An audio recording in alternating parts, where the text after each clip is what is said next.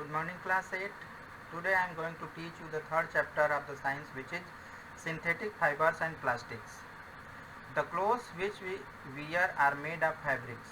जो भी कपड़े हम पहनते हैं वो फैब्रिक से मिलकर बने होते हैं.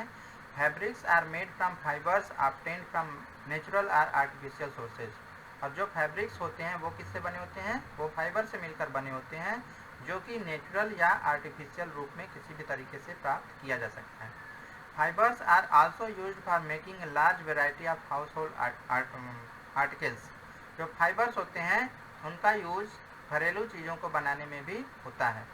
Make a list of some common articles made from fibers. तो आपको कुछ ऐसे लिस्ट बनाना है जो घरों में यूज होते हैं. Try to separate them into those made from natural fibers and those made from artificial fibers. इनको अलग अलग ग्रुप में बनाना है. नेचुरल फाइबर्स का अलग लिस्ट बनानी है और आर्टिफिशियल फाइबर्स का अलग लिस्ट बनानी है. Why do you label some fibres as artificial? कुछ फाइबर्स को हम आर्टिफिशियल क्यों कहते हैं? You have read in your previous classes that natural fibres like cotton, wool, silk etcetera are obtained from plants और एनिमल्स. पिछली कक्षाओं में आपने ये पढ़ा था कि जो कुछ फाइबर्स जो होते हैं नेचुरल फाइबर्स, जैसे कि कॉटन, वूल और सिल्क, वो किससे मिलते हैं? वो प्लांट्स या एनिमल से मिलते हैं. जैसे कॉटन होता है प्लांट से मिलता है, वूल क्या है? एनिमल से मिलता है, सिल्क भी एनिमल से मिलता है. The synthetic fibres on the other hand, दूसरी ओर सिंथेटिक फाइबर्स जो होते हैं are made by human beings, वो उनको इंसान बनाता है. That is why these are called synthetic और मैन मेड फाइबर्स, इसलिए इन्हें सिंथेटिक या मैन मेड फाइबर्स कहते हैं. Now what are synthetic fibres? Synthetic fibres क्या हैं? Try to recall the uniform pattern found in the necklace of the beads joined with the help of thread. आपने देखा होगा कि जब भी हम कोई माला बनाते हैं मोतियों की, तो बीड्स को एक दूसरे में एक साथ किसी धागे में उसको गूंथ के बनाते हैं. इसी तरह पेपर क्लिप है, इसको आपस में एक दूसरे में फंसाकर हम एक चेन का निर्माण करते हैं. A synthetic fiber is also a chain of small units joined together. Synthetic fibre भी इसी तरह एक स्मॉल यूनिट्स का चेन है, छोटे छोटे यूनिट्स को मिलाकर सिंथेटिक फाइबर बनता है. Each small unit is actually a chemical substance. Each small unit is actually a chemical substance. जो भी छोटे छोटे जो यूनिट है वो क्या है? एक्चुअली में केमिकल सब्सटेंस है. Many such small units combine to form a large single unit called a polymer. और इस तरह छोटे छोटे यूनिट्स को मिलाकर जो एक बड़ा सा सिंगल यूनिट बनता है उसे हम पॉलीमर कहते हैं. The word polymer comes from two Greek words. Polymers Greek भाषा के दो शब्दों से मिलकर बना है, पॉली और मर. पॉली मीन्स होता है मेनी यानी कई, और मर का मतलब होता है पार्ट या यूनिट. इसका मतलब पॉलीमर क्या है? छोटे छोटे यूनिट से मिलकर एक चीज़ जो बनता है उसे हम पॉलीमर कहते हैं. So a polymer is made of many repeating units. Types of synthetic fibres. Synthetic fibres के टाइप पढ़ने जा रहे हैं, जिसमें क्या है? रेयान है. You have read in class 7 that silk fibre obtained from silk worm are discovered in China and was kept as a closely guarded secret for a long time. Class 7 में आपने ये पढ़ा था कि जो सिल्क फाइबर होता है वो सिल्क वर्म से निकलता है और चाइना में ये इसकी खोज हुई थी और चाइना ने इसको काफ़ी दिनों तक छुपा के रखा था. मतलब इस जानकारी को किसी के साथ शेयर नहीं किया. Fabrics obtained from silk fibre was very costly. जो भी फैब्रिक होता है सिल्क फाइबर से जो फैब्रिक बनते हैं वो बहुत कॉस्टली होते हैं. But it's beautiful texture fascinated everybody. लेकिन ये इसका लुक इतना अच्छा होता है कि ये सबको अच्छा लगता है. Attempts were made to make silk artificially. इस सिल्क को आर्टिफिशियली बनाने की कोशिश की गई. Towards the end of the 19th century scientist were successful in obtaining a fibre having properties similar to that of silk. तो 19वीं शताब्दी के अंत में वैज्ञानिकों ने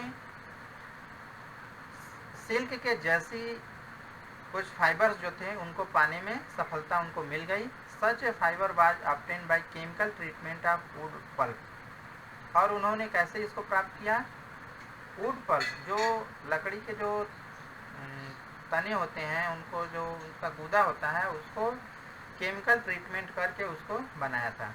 this fibre was called rayon और आर्टिफिशियल सिल्क। इसको उन्होंने रेयान या आर्टिफिशियल सिल्क का नाम दिया था। Although rayon is obtained from a natural source, wood pulp, yet it is man-made fiber. यद्यपि यह क्या है, पेड़ों से बनता है, लेकिन फिर भी चूंकि ये इसको प्रोसेस करने के बाद ये मिलता है, इसलिए इसे मैन-मेड फाइबर कहते हैं। It is cheaper than silk and can be woven like silk fibre. यह सिल्क से सस्ता होता है और सिल्क फाइबर की तरह से इसको बुना जा सकता है। It can also be dyed in a wide variety of colours. इसको कई रंगों में रंगा जा सकता है। Rayon is mixed with cotton to make bed sheet और mixed with wool to make carpets. Rayon को जो है वो रुई के साथ मिलाकर इसका बेडशीट बनाया जाता है और mixed with wool to make, और ऊन के साथ मिलाकर कारपेट्स वगैरह बनाए जाते हैं। उसके बाद सेकेंड नंबर है nylon. Nylon is another manmade fibre. Nylon जो है वो दूसरा मैनमेड फाइबर है।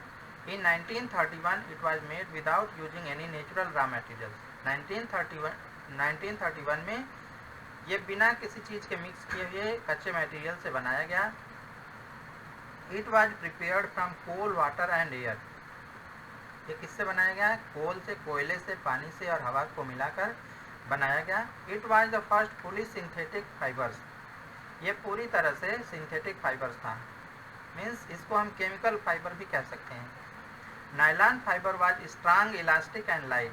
नायलॉन फाइबर्स जो होते हैं वो स्ट्रांग होते हैं, इलास्टिक होते हैं और लाइट होते हैं, हल्के होते हैं। It was lustrous and easy to wash. ये धोने में इनको आसानी होती है। So it become very popular for making clothes. इसलिए इनका यूज कपड़े को बनाने में अधिकतर होता है।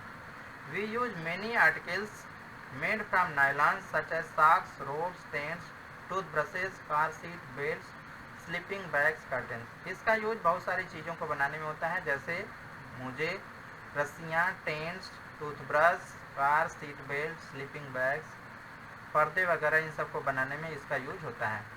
Nylon is also use for making parachutes and rope for rocks climbing. Nylon का यूज होता है पैराशूट बनाने में, क्योंकि वो सिल्की होते हैं, आसानी से खुल जाते हैं, और जो रस्सियाँ मजबूत भी होते हैं। और कुछ रस्सियाँ बनाने में, रॉक क्लाइंबिंग, पहाड़ों पर चढ़ते समय जो रस्सियाँ हम यूज करते हैं उसको बनाने में, क्योंकि वो रस्सियाँ हल्की होती हैं और मजबूत होती हैं। A nylon thread is actually stronger than a steel wire. Nylon का जो धागा होता है वो स्टील की तुलना में भी, स्टील से भी अधिक मजबूत होता है।